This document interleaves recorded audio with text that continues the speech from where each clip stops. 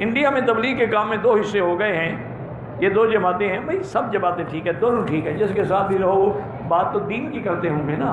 تبلیغی جماعت میں آپس میں جو اختلاف ہے اور کس طرح تبلیغی جماعت دو ٹکڑوں میں بٹ گئی اور ان کے نام کیا کیا ہیں، اس پر تفصیلی تو نہیں مگر اہم معلومات پر مبنی ویڈیو بنا کر اپنے اسی چینل پر اپلوڈ کر چکا ہوں، جس کا تھمبنیل یہ ہے۔ اسے تو آپ نے دیکھ ہی لیا ہوگا، اگر نہیں دیکھا ہے تو اس ویڈیو کا لنک ڈسکرپشن میں دے دوں گا، آپ اسے دیکھ سکتے ہیں، یا پھر اسی ویڈیو کے اینڈ میں لگا دوں گا تاکہ جن لوگوں نے اب تک اس ویڈیو کو نہیں دیکھا ہے وہ لوگ اس ویڈیو کے ختم ہوتے ہی اس ویڈیو کو بھی دیکھ سکیں۔ لیکن مجھے اس ویڈیو میں بتانا یہ ہے کہ تبلیغی جماعت جو دو ٹکڑوں میں بٹ چکی ہے، ان دونوں میں سے دارالعلوم دیوبند کس کی طرف ہے، یعنی کس کے ساتھ؟ کیا آپ جانتے ہیں؟ اگر نہیں جانتے تو اب جان جائیں گے، کیونکہ اس ویڈیو میں یہی بتانے والا ہوں۔ تو چلیں ویڈیو شروع کرتے ہیں۔ باطل کا رد کریں گے ہم ہیں بریلی والے۔ محترم سامعین کرام، تبلیغی جماعت کے دو ٹکڑے ہوئے، لیکن دارالعلوم دیوبند جو دیوبندی مذہب کا مرکز ہے وہ ان دونوں تبلیغی جماعت میں سے کس کے ساتھ ہے؟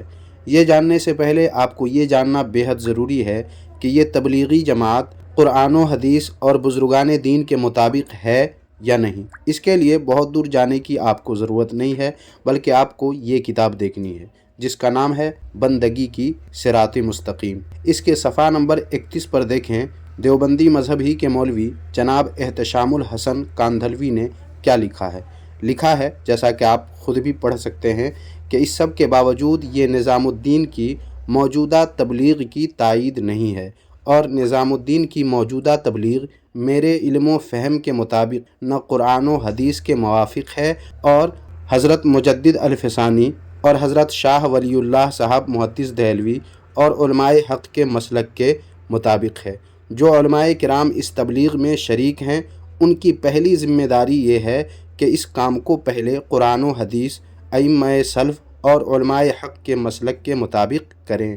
چونکہ ایک غلط چیز دین کے نام سے پھیل رہی ہے اور تبلیغ کے نام پر غلط فہمی پھیل رہی ہے، یہی میرے نزدیک تمام آفات و بلایا کے نزول کا اصل باعث ہے۔ اسی ضرورت نے مجھے اس رسالہ کی اشاعت پر مجبور کیا تاکہ علماء کرام اس کی طرف توجہ فرما دیں اور ان خرابیوں کا انسداد فرما دیں جن کی وجہ سے ملت تباہی اور بربادی میں مبتلا ہو رہی ہے۔ یہی اصل مقصود ہے، وما علینا الا البلاغ۔ میری عقل و فہم سے یہ چیز بہت بالا ہے کہ جو کام حضرت مولانا محمد الیاس صاحب کی حیات میں اصولوں کی انتہائی پابندی کے باوجود صرف بدعت حسنہ کی حیثیت رکھتا تھا، اس کو اب انتہائی بے اصولی کے بعد دین کا اہم کام کس طرح قرار دیا جا رہا ہے۔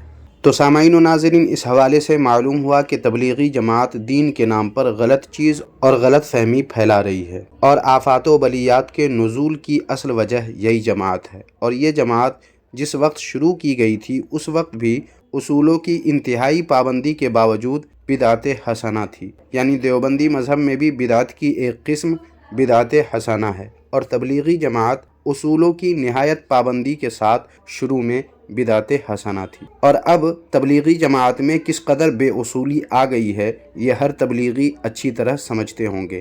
اگر بے اصولی تبلیغی جماعت میں نہ ہوتی تو پھر تبلیغی جماعت دو ٹکڑوں میں بٹتی ہی کیوں؟ لہٰذا اب تبلیغی جماعت بدعت حسنہ بھی نہیں رہی۔ خیر، اب آئیے آپ کو یہ بتاتا ہوں کہ دارالعلوم دیوبند تبلیغی جماعت کے دو ٹکڑوں میں سے کس کے ساتھ ہے۔ اس کے لیے آپ اس ویڈیو کو ملاحظہ فرمائیں۔ دوسرا سوال وہ ہے جس کی طرف ہمارے حضرت مخدوم دامت برکاتہم نے اشارہ فرمایا۔ اس میں کہا گیا ہے کہ اس اجلاس میں درخواست ہے کہ تبلیغی جماعتوں کی مرغوبیت کو ختم کرتے ہوئے واضح موقف پیش کرے مجلس علمیہ، اور جو علماء دیوبند تبلیغی جماعتوں کی تابعداری قبول کر کے دونوں جماعتوں کے آرۂ کار بنے ہوئے ہیں، اس سلسلے میں اکابر مجلس علمیہ کی طرف سے کیا رہنمائی ہے۔ مجلس علمیہ آندھرا پردیش علماء کی متفقہ تنظیم ہے، اور فکر دیوبند سے اس کی وابستگی ہے۔ دارالعلوم دیوبند کے 2 اعلیٰ ترین ذمہ دار دارالعلوم کے محتمم حضرت مولانا مفتی ابوالقاسم نعمانی صاحب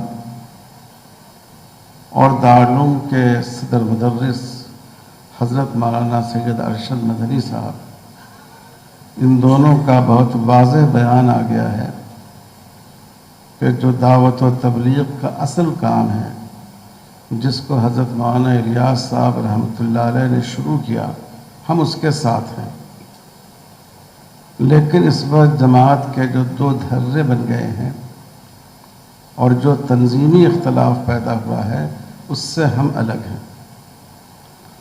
ہم ان میں سے کسی ایک کے ساتھ ہوں اور فریق بن جائیں، دارالعلوم کی یہ پالیسی نہیں ہے۔ مطلب یہ کہ تبلیغی جماعت نے آپس میں لڑ کر اب اپنی حیثیت ایسی بنا لی ہے کہ دارالعلوم دیوبند دونوں میں سے کسی کے بھی ساتھ نہیں ہے۔